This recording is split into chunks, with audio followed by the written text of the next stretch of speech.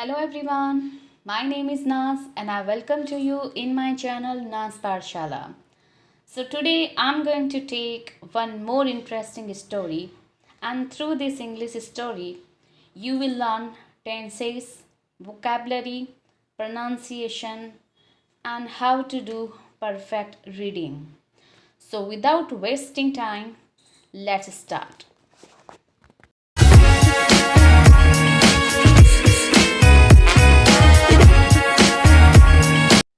Episode 12, Final Verdict.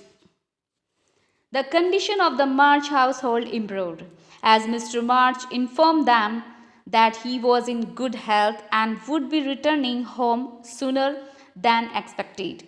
Even Beth was recovering quickly, and their happiness increased as Christmas was just around the corner.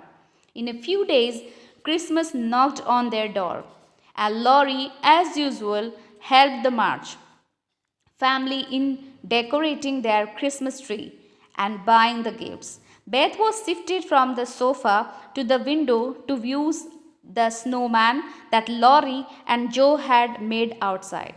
Beth was pleased to see the beautiful creation and said that she missed their father. After some minutes, Laurie burst through the door, announcing a great surprise for the Marsh family. He had brought in two other tall men, one leaning on the other. When everyone realized who they were, Joe fainted. Mr. March and Mr. Brock were standing at the doorway. Laurie ran to support Joe. Amy ran to her father and wept, holding his legs. Meg also went to hug their father, but accidentally got kissed by John. And in the confusion, everyone could not notice that Beth had actually got up from the chair and ran to her father. Everyone asked them about their sudden visit, and they told everyone that he was feeling well, and the weather also seemed fine enough, so they could not wait any longer to be home. The Christmas night was just complete and perfect as the ladies of the house prepared a great dinner for the family. John Brock, Mr. Lawrence, and Mr. Lorry and ate it by the fire. The conversation flowed on the dinner table. Joe said, "This time of the year, last year only we were disheartened. But now everything is back to normal."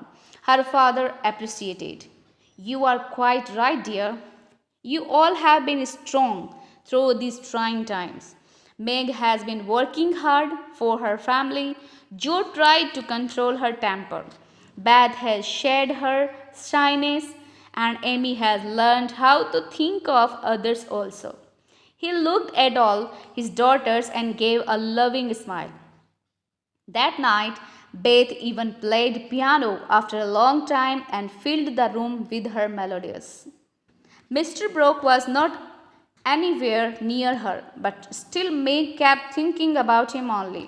She blushed at the mention of his name, didn't speak much, and watched scattered Brent. Joe went to Meg, who confided in her that she was expecting John to propose marriage to her any moment, and even if he did, she wouldn't be nervous in front of him. Suddenly, there was a knock on the door, and Meg lost her calm self.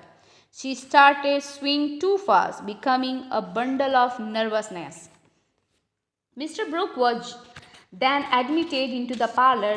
Joe, sensing the gravity of the situation, quickly left the room, leaving the two alone. Meg also stood up to go out of the parlor, but as she was passing by John, he stopped her, holding her hand, and said, "Meg, please sit with me if I am something to you. I want to tell you that I love you." Meg was speechless, though she had thought of many answers, but at that time she could only say, "I don't know, Mr. Brooke. I'm not sure if I love you." Meg couldn't say any further as Aunt March had come to pay a visit to Mr. March, who she heard was back. On seeing John and Meg together, she became suspicious. She cried, "Meg, what is happening?" Conscious of Aunt March's presence, John left the room.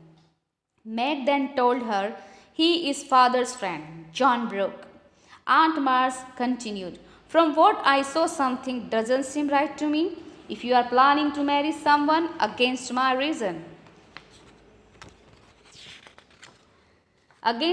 wishes, don't expect anything from me then. You will lose your part of the wealth."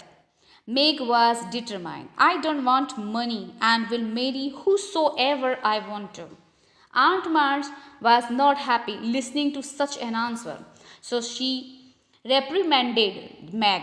"Don't you think that you should think first and then marry? You and your family will suffer if you marry someone who doesn't have riches or a good position in society. It's not that we will marry now, but we will be working for some time. I can manage my house in less also, as my mother has taught me, and thus being poor doesn't bother me," Meg replied. But Aunt March was disappointed hearing Meg's views, as she wanted her to marry and go to a huge house that could provide her with all the comforts. Meg was well behaved, beautiful, and skillful. Therefore, Aunt March expected her to marry after giving it a thought. She then declared, "I didn't know that you were foolish not to see your future. I have lost my will to see your father, as I am dissatisfied with what you have expressed. Let me tell you something about inheritance. I won't change my mind if you are married to an unsuitable person." Saying this, she rushed out the room, banged the door behind her, and sat in her carriage. The next instant, Mr. Brooke came to the parlor and told Meg that he couldn't help but overhear their conversation and asked her again.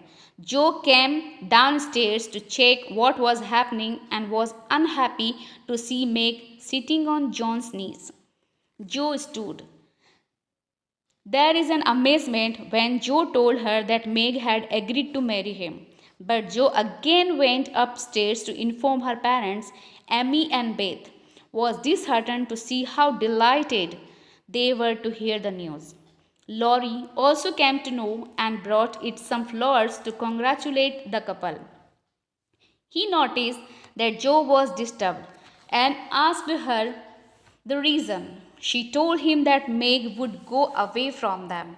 Laurie explained that her marriage would be good for the family as a new member would be added. There were still 3 years left for Meg to marry. For watching. If you like my videos, please hit the bell icon for more updating videos. Like, share, comment and subscribe my channel Nas Parshala. Thank you, take care and be safe at home.